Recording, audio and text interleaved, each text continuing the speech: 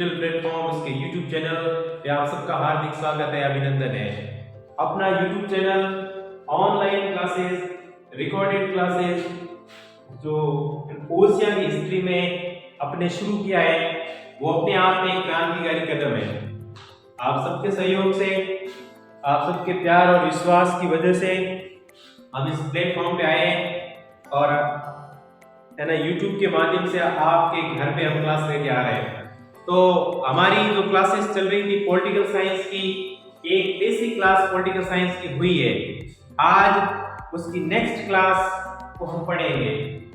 जैसे कि मैंने कल आपको बताया था कि हमारा जो शेड्यूल है, हमारा जो सरकार की ओर से जो गाइडलाइन है, उसमें जो पहला पार्ट है आपके राजनीतिक विज्ञान का, वो जैसे अभी शीत युद्ध के दौर वाला दो ध्रुवीयता का अंत, दो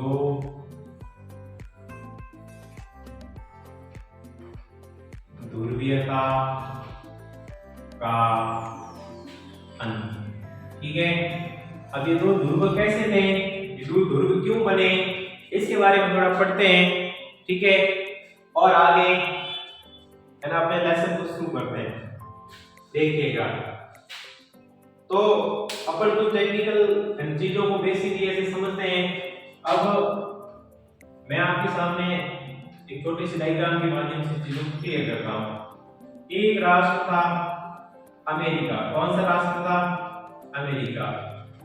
और अमेरिका आपको पता है USA, United state America.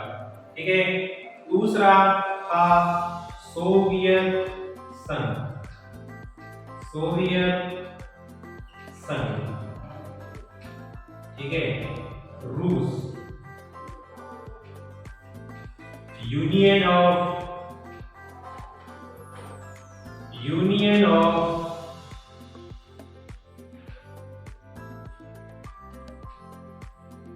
Soviet socialist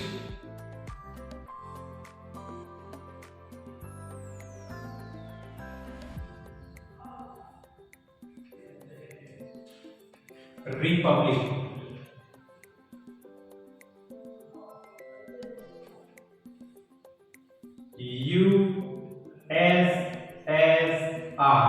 USSR, Soviet संघ। ये 1945 के बाद में, 1945 के बाद में, कब के बाद में? 1945। 1945 के बाद में दुनिया दो खेमों में बढ़ चुकी थी। दुनिया कितने खेमों में बढ़ चुकी थी? दो। एक कौन सा था? यूएसए। दूसरा कौन सा था? यूएसएसआर। ठीक है, और यूएसएसआर में रूस सहित 15 गणराज्य थे। कितने गणराज्य थे? 15 गणराज्य। ठीक है, और इन 15 गणराज्यों ने मिलकर वैश्विक व्यवस्था में साम्यवाद का प्रचार किया। किसका प्रचार किया? साम्यवाद का। ठीक है, और साम्यवाद का प्रचार किया, और विश्व की सबसे बड़ी महाशक्ति उस समय अमेरिका को चुनौती दी। अमेरिका को क्या दी? चुनौती। और पूर्वी यूरोप के देश, कौन से यूरोप के? एशिया के देश भी थे, जैसे कि कजाकिस्तान है, ठीक है, जैसे उज्बेकिस्तान, इसके आसपास के जो क्षेत्र है, लेकिन पूर्वी यूरोप, यूरोप के पूर्व में, जैसे कि लतविया। कौन सा? लतविया, लिथुआनिया, लिथुआनिया, एस्टोनिया, एस्टोनिया। इस प्रकार के जो पूर्वी यूरोप के देश हैं, ये भी यूएसएसआर से जुड़े थे। किससे जुड़े थे? यूएसएसआर से।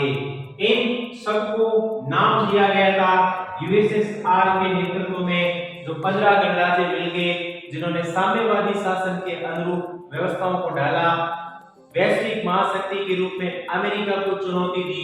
इनको कहा गया नई दुनिया। क्या कहा गया? नई दुनिया। वैसे आपको पता है नई दुनिया जब क्रिस्टोफर कोलंबस, किस व्यक्ति? क्रिस्टोफर कोलंबस, क्रिस्टोफर कोलंबस, व्यक्ति का नाम है क्रिस्टोफर कोलंबस, कोलंबस ने यूएसए को पहली बार देखा। उसके बाद में इटली के निवासी अमेरिको वेस्पुची किसी ने इसका नाम अमेरिका दिया। फिर इस महाद्वीप को भी कहा गया था नई दुनिया, नई दुनिया। लेकिन इस पाठ के संदर्भ में अगर अपन नई दुनिया की बात करेंगे तो वो नई दुनिया होगी सोवियत संघ यूएसएसआर के नेतृत्व में जो 15 गणराज्य वैश्विक व्यवस्थाओं में उभर कर सामने आए और जिन्होंने साम्यवाद को, किसको, साम्यवाद को महत्व दिया, उनको क्या कहा गया, नई दुनिया कहा गया। क्या कहा गया, नई दुनिया। ठीक है, आज के इस चैप्टर में ये तो वो दौर था जिसमें 1945 के बाद 1945 के बाद विश्व दो ध्रुवों की चपेट में आ गया। 1945 से 1945-1991 का जो दौर था, इन दोनों के वर्चस्व का दौर था। कौन से दोनों, सोवियत संघ और कौन सा दूसरा, अपने अमेरिका। कौन सा, अमेरिका। इसको शीत युद्ध नाम दिया। क्या नाम दिया, शीत युद्ध। लेकिन 1991 के बाद में, 1991 के बाद में ये जो व्यवस्था है, यूएसएसआर की व्यवस्था है, ये क्या हो गई, धीरे धीरे समाप्त हो गई। क्यों, क्योंकि इसके बहुत कारण थे, इससे बहुत से कारण थे, आर्थिक कारण थे, राजनीतिक कारण थे। ठीक है, बहुत से कारणों की वजह से ये व्यवस्था 1991 के दौर के बाद में क्या हो गई, धीरे धीरे पतन की ओर अग्रसर हो गई। ठीक है, और 1990 बाद के लगभग ये व्यवस्था क्या हो गई, समाप्त हो गई। नई दुनिया की व्यवस्था 1991 के दौर में क्या हो गई, समाप्त। अब विश्व में एकमात्र ध्रुवीय देश, एकमात्र महाशक्ति के रूप में कौन सा देश है, अमेरिका। क्योंकि यूएसएसआर 1991 के दौर के बाद में क्या हो गया, समाप्त। इसी को कहते हैं दो ध्रुवीयता का अंत। क्या कहते हैं, दो ध्रुवीयता का अंत। समझ में आया आपको, दो ध्रुव कौन से बने, दो ध्रुव क्यों बने और दो ध्रुवों का विघटन कैसे हुआ। तो आज के इस लेसन में, आज के इस टॉपिक में अपन इस दो ध्रुवीयता के दौर में जो यूएसएसआर है, यूएसएसआर की जो व्यवस्था है उसके बारे में पढ़ेंगे कि यूएसएसआर कैसे बना, ये क्यों बना, इसकी शासन व्यवस्था क्या थी, और अंत में जब ये विघटन की कगार पे आया तो इसका विघटन क्यों हुआ, इन सब के बारे में आज अपन पढ़ेंगे। ठीक है, तो आप पढ़ते रहें, समस्या है तो हमें बताएं, इस क्लास के बारे में हमें बताएं। ये जो अपनी क्लास है, इस क्लास को आप अच्छे से देखें, व्यवस्थित तरीके से अपनी समझ राजनीति विज्ञान के प्रति विकसित करें। अगर ये चैप्टर आपकी समझ में नहीं आ रहा है या किसी कारणवश कोई समस्या आ रही है तो आप कमेंट में लिखें, हम उसकी समस्या का समाधान करेंगे। अगर आप क्लास लेना कि पढ़ने में अच्छी लग रही है तो भी आप कमेंट में कुछ लिखें। ठीक है, इस क्लास को शेयर करें ज्यादा से ज्यादा लोगों के बीच में, क्योंकि जो स्कूली स्तर की जो क्लासेस हैं है ना, इसका लेवल आप कहीं भी देखना, इतना व्यवस्थित तरीके से आपको YouTube के माध्यम से, है ना, लोग अपने ऐप में इसको डालते हैं पेड कोर्स के रूप में, YouTube के रूप में, निःशुल्क क्लासेस के रूप में। जो है ना स्कूली लेवल की कक्षाएं हैं, ये बहुत कम लोग प्रोवाइड करवा रहे हैं। हमारी स्कूल YouTube के माध्यम से स्कूली स्तर की क्लासों को प्रोवाइड करवाने की कोशिश कर रही है, तो ये अपने आप में एक क्रांतिकारी कदम है। तो आप स्कूल को लाइक करें, अगर आपको अच्छा लगे तो स्कूल ज्वाइन भी करें। ठीक है साथियों, अपन वापस पढ़ना शुरू करते हैं। अपना यूएसएसआर के बारे में भी अपन पढ़ेंगे। किसके बारे में, यूएसएसआर। ठीक है, तो अपना कंटेंट है यूएसएसआर। ठीक है, मैंने आपको इसका फुल फॉर्म बताया था, इसका मतलब होता है सोवियत संघ रूस। सोवियत संघ रूस मतलब रूस और उसके गणराज्य, टोटल रूस सहित 15 गणराज्यों से मिलकर ये क्या बनाया था, सोवियत संघ। ठीक है, अब है ना इसके बारे में अपन पढ़ते हैं। पहले तो कि यूएसएसआर क्यों बना, इसकी जो विचारधारा थी वो साम्यवाद क्यों थी। ठीक है, इसमें शासन का तरीका कैसे था, ये क्यों अस्तित्व में आया, उसके बारे में पढ़ते हैं। ठीक है, पहले तो अपन एक पढ़ेंगे बोल्शेविक क्रांति। बोल्शेविक क्रांति, बोल्शेविक क्रांति। तो बोल्शेविक क्रांति आपको पता है कब हुई, क्यों हुई, इसके बारे में अपन पढ़ते हैं। बोल्शेविक क्रांति 1917 में रूस में, 1917 में रूस में जार के शासन के खिलाफ, जार के शासन के खिलाफ हुई, ठीक है साथियों। अपन बात करते हैं बोल्शेविक क्रांति की जो 1917 में हुई थी। तो आपको पता है कि 1917 से पहले रूस में जार का शासन था। जार यहाँ के शासक को कहते हैं, किसको कहते हैं, शासक। कहने का मतलब है राजतंत्रात्मक व्यवस्था थी। इस जार के शासन में जो कुलीन वर्ग है, जो उच्च वर्ग है, वो तो ठीक था, लेकिन सबसे जो निचला स्तर है, मजदूर स्तर, इस मजदूर स्तर का जीवन बहुत ही दुखी था। मजदूरों का क्या होता था, शोषण होता था। इसलिए 1917 के दौर में रूस में एक बहुत बड़ी क्रांति हुई थी और इस क्रांति का अगुवा था लेनिन, व्लादिमीर लेनिन, ठीक है। तो लेनिन के दौर में जो क्रांति हुई थी रूस में, और जिसने जार शाही को उखाड़ फेंका, क्यों, क्योंकि जार इन मजदूरों का क्या कर रहा था, शोषण कर रहा था। मजदूर वर्ग का, निम्न वर्ग का शोषण होता था, ठीक है। इसलिए लेनिन के नेतृत्व में जो क्रांति हुई, इसमें जार शाही का अंत हुआ। रूस ने व्यवस्थित तरीके से एक नया राष्ट्र बना, एक महाशक्ति बना। अब रूस ने तय कर लिया कि ये जो राजशाही ताकतें हैं, राजतंत्रात्मक ताकतें, जार का शासन था, ये गरीबों के लिए बिल्कुल भी अच्छा नहीं था। इसमें गरीबों का भयंकर शोषण था।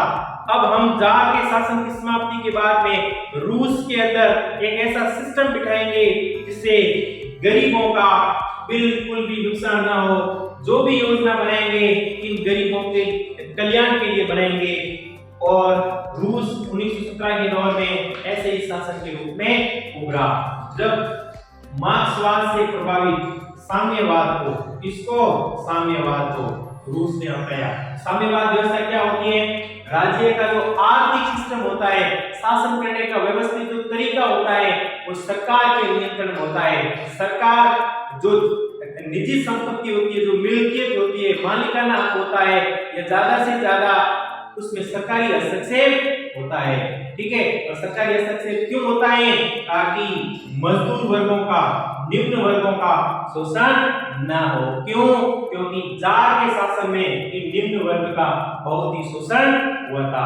इसलिए 1917 की बोल्शेविक क्रांति के बाद में रूस में क्या आया, साम्यवाद। क्या आया, साम्यवाद। और इस साम्यवाद का अगुवा नेता कौन था, व्लादिमीर लेनिन। कौन था, व्लादिमीर लेनिन। समझ में आया, ओके, ठीक है।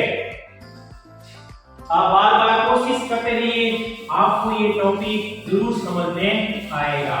नेक्स्ट अपन बात करते हैं लेनिन के बारे में। इसके बारे में बात करते हैं, लेनिन के बारे में।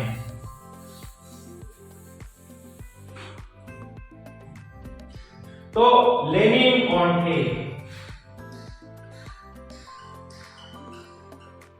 Vladimir Lenin.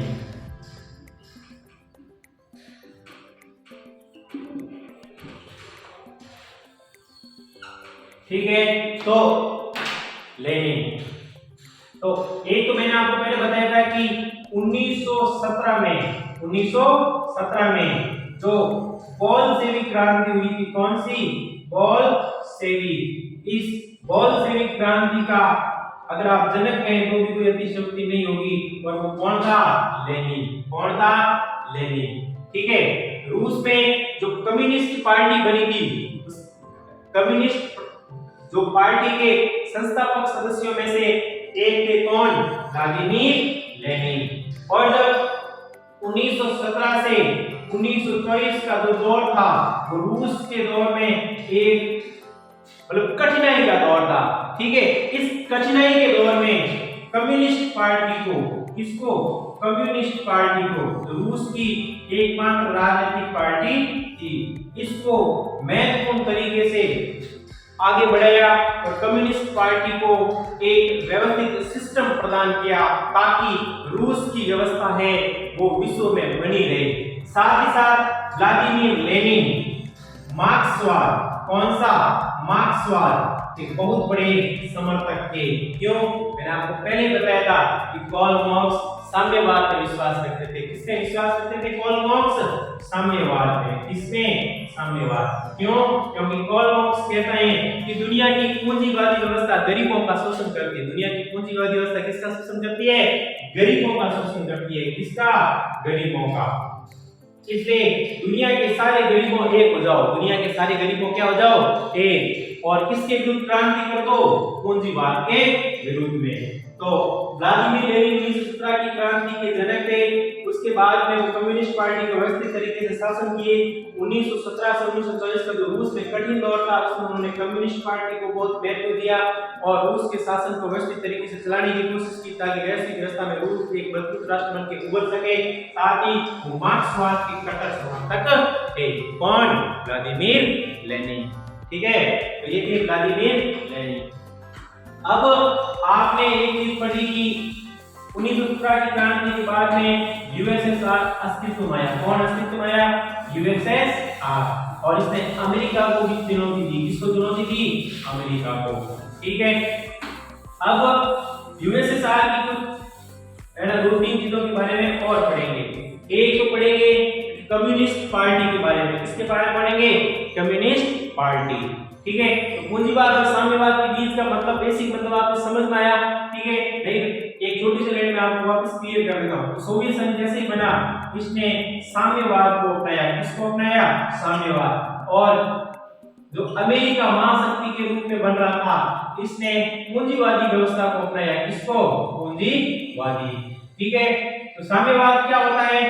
राज्य की आर्थिक व्यवस्था जो मालिकाना हक होता है, जो निजी संपत्ति होती है उस पे ज्यादा से ज्यादा किसका नियंत्रण होता है?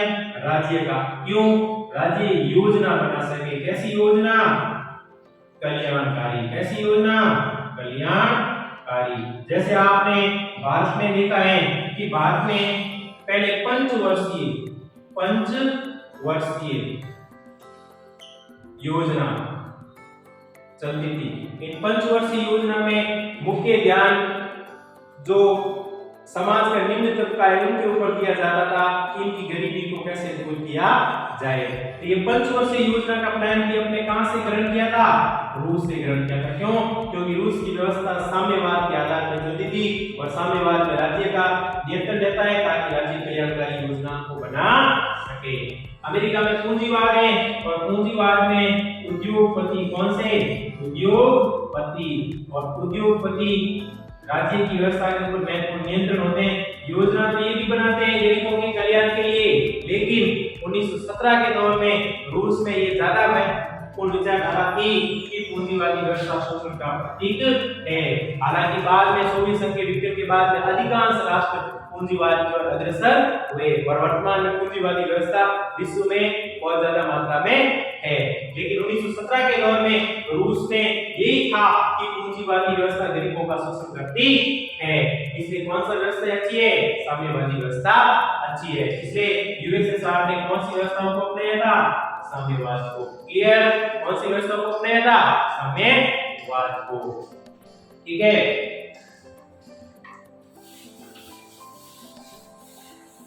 आपकी जो क्लासेस है व्यवस्थित रूप से अभी चल रही है, आप इसको पढ़ते रहिए। ठीक है, शेड्यूल के अनुसार पढ़ते रहिए और जैसे जैसे समय निकलता जाएगा आपका सिलेबस भी पूरा होता जाएगा। फिर हम आपको व्यवस्थित तरीके से ऑब्जेक्ट क्वेश्चन करवाएंगे। ठीक है,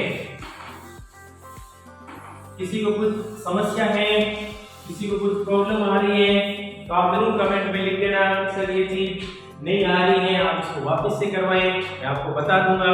मेरे को भी पता चलेगा कि आपको कहां तक समझ में आया, कहां तक समझ में नहीं आया। ठीक है, अगला अपन बात करते हैं कम्युनिस्ट पार्टी। किसकी पार्टी? Communist party. तो आपको पता है कि कम्युनिस्ट पार्टी रूस में एकमात्र राजनीतिक पार्टी थी, एकमात्र राजनीतिक पार्टी थी। और 1917 की क्रांति के बाद में रूस के अंदर शासन और व्यवस्था का संचालन इसी राजनीतिक पार्टी ने किया, कम्युनिस्ट पार्टी। तो रूस में शासन की धुरी एकमात्र राजनीतिक पार्टी थी और वो कौन सी थी? Communist party. कौन सी पार्टी थी? Communist party. जो किससे प्रभावित थी? मार्क्सवाद से। किससे प्रभावित थी? मार्क्सवाद से। कौन सी विचारधारा का समर्थन थी? साम्यवाद का। क्यों? क्योंकि पूंजीवादी व्यवस्था किसका शोषण करती है? गरीबों का। इसलिए गरीबों के कल्याण के लिए किसको अपनाना चाहिए? साम्यवाद को। किसको अपनाना चाहिए? साम्यवाद को। ठीक है। अब सोवियत संघ एक महाशक्ति बना। सोवियत संघ क्या बना? एक महाशक्ति। इसके कुछ कारण भी थे, हालांकि इसके कारणों के बारे में अपन आगे और चर्चा करेंगे, लेकिन बड़े तौर पे मैं आपको बता दूं कि यूएसएसआर एक महाशक्ति के रूप में, किसके रूप में? महाशक्ति के रूप में, महाशक्ति के रूप में उभरा, महाशक्ति के रूप में उभरा। तो इसके कुछ ना कुछ क्या थे? कारण थे। अगर आदमी अचानक प्रोग्रेस करता है तो प्रोग्रेस के भी क्या होते हैं? कारण। शुरुआती कारणों में से यही था कि जार के शासन से निकल के ये व्यवस्था 1917 में विश्व के सामने आई थी। किसके सामने? विश्व के सामने। ठीक है।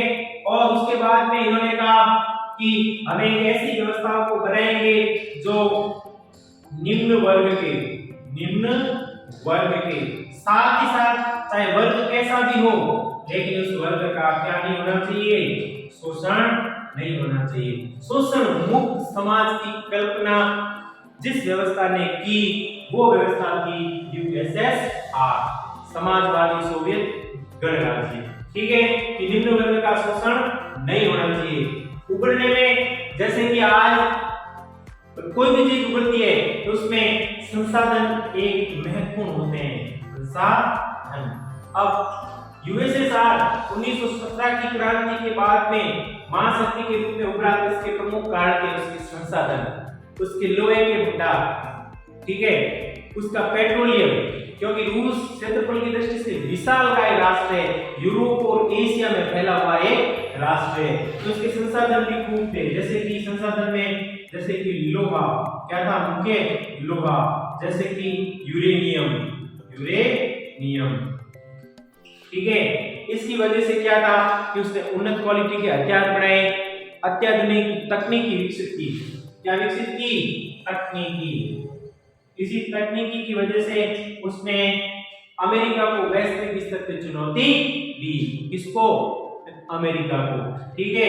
यूएसएसआर महाशक्ति बना, उभरा। इसका सबसे कारण था कि इसकी विचारधारा थी, वो विचारधारा ये थी कि गरीबों का शोषण नहीं होना चाहिए। ठीक है। ज्यादा से ज्यादा जो कल्याणकारी योजना बनाई जाएगी वो गरीबों का ध्यान रखते हुए बनाएगी, इसलिए लोग इस पर आकर्षित हुए। ठीक है।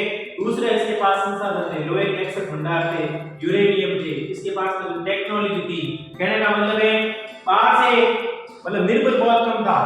अगर इसको कोई बड़ा हथियार बनाना था, बड़ा हथियार या फिर छोटी कोई पिन बनानी थी, तो ये अपने देश में आसानी से बना सकता था।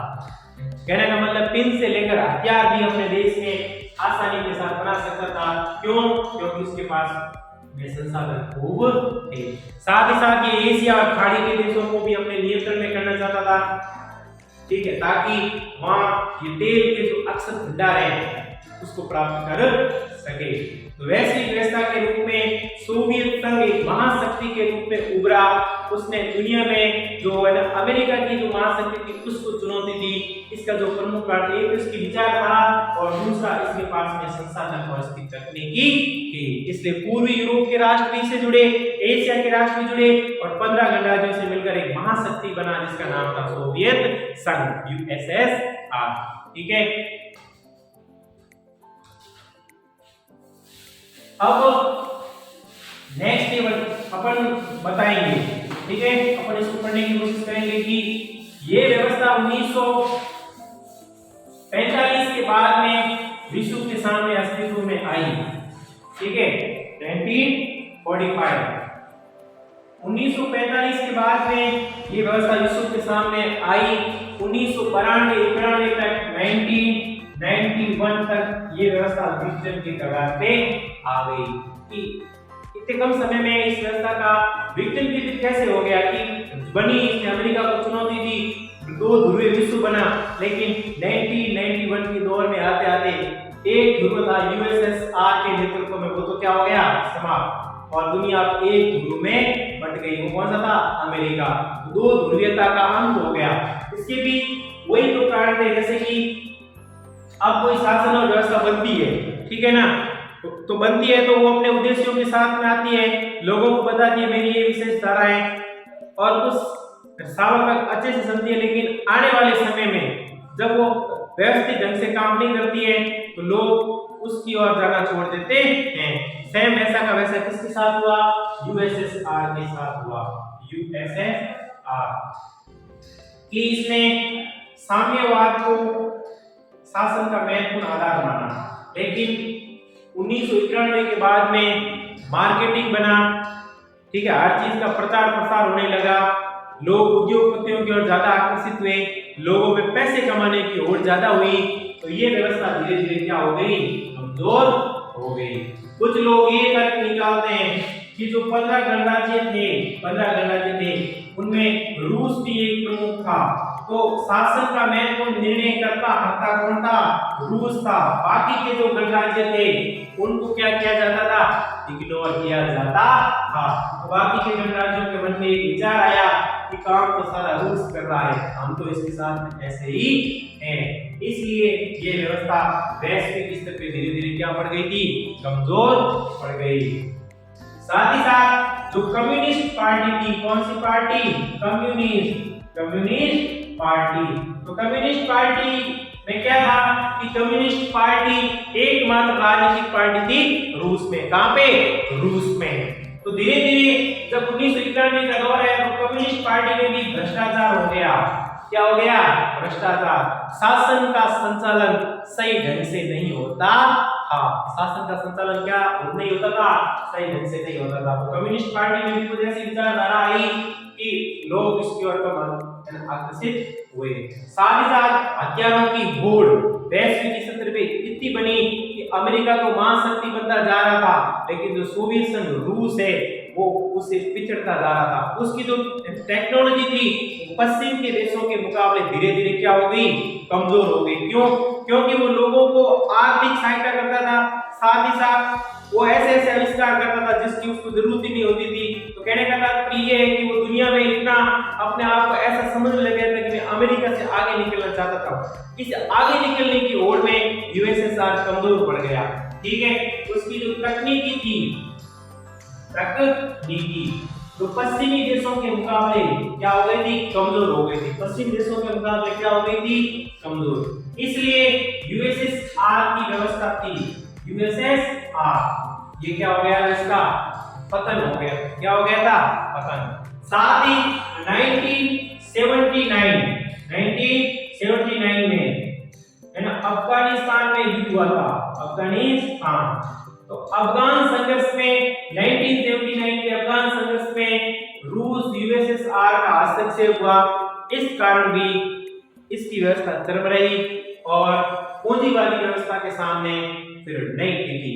फिर मिखाइल गोर्बाचोव का दौर आया, उन्होंने इसमें आर्थिक सुधार करने की कोशिश की, लेकिन उनके सुधार भी इतने नहीं थे कि वो इस व्यवस्था को आगे बनाए रखे। फलतः इसका विघटन हो गया। क्योंकि इसमें एक बात और भी थी, जैसे कि द्वितीय विश्व युद्ध के बाद में जर्मनी को विभाजित कर दिया गया, जर्मनी को तोड़ दिया गया। ठीक है, अब 1945 के दौर के बाद में जैसे जैसे समय निकला तो 1990 के दौर में जर्मनी का भी वापिस एकीकरण हुआ। जो बर्लिन की दीवार, कौन सी दीवार? बर्लिन की दीवार, बर्लिन की दीवार,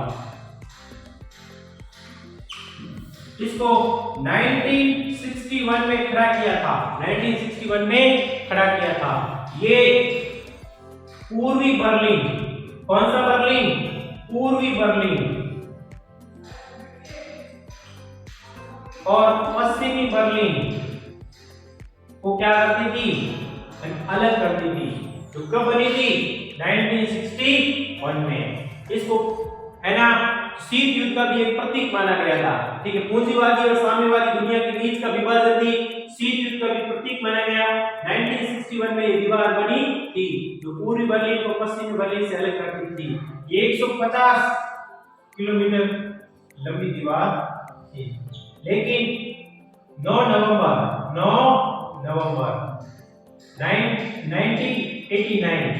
1989 को इस दीवार को क्या कर दिया गया? गिरा दिया गया। क्यों? क्योंकि अब धीरे धीरे जर्मनी का भी एकीकरण हो रहा था। ठीक है, तो शीत युद्ध का प्रतीक थी बर्लिन की दीवार जो 1989 के दौर के बाद में गिरा दी गई। कहने का मतलब है अब साम्यवाद का जो सिस्टम था धीरे धीरे समाप्त हो रहा था। तो बर्लिन की दीवार का और सोवियत संघ के विघटन का क्या संबंध है? संबंध यही है कि जो सेकेंड वर्ल्ड वॉर के बाद में जर्मनी का विभाजन हुआ था, इसमें जो बर्लिन की दीवार आई थी जो पश्चिमी बर्लिन और पूर्वी बर्लिन को अलग करती थी, ये पूंजीवादी दुनिया साम्यवादी दुनिया की जो विभाजन का क्या थी? प्रतीक थी। 1961 में ये दीवार खड़ी की गई थी। 9 नवंबर 1989 को इस दीवार को तोड़ दिया गया था। 150 किलोमीटर लंबी दीवार थी। क्यों? क्योंकि अब साम्यवाद दफन हो चुका था। साम्यवाद क्या हो चुका था? दफन। रूस की राजनीतिक व्यवस्थाएं अब एक रूस के रूप में हो गई। जो उसके गणराज्य थे वो धीरे धीरे अलग होते जा रहे थे। अब उसका उत्तराधिकारी कौन बना? रूस बना। कौन बना? रूस। और जो उसका यूएसएसआर था वो दफन हो चुका था। क्यों? क्योंकि पूंजीवादी व्यवस्था विश्व में बहुत ज्यादा हावी हो चुकी थी। तो ये अपनी क्लास थी छोटी सी। नेक्स्ट क्लास अपनी और आएगी। इस क्लास को अच्छे से पढ़िए। इसमें अगर आपको समझने में दिक्कत है या कुछ प्रॉब्लम है तो आप हमें बताइए, कमेंट कीजिए कि सर ये चीज समझ में नहीं आई है।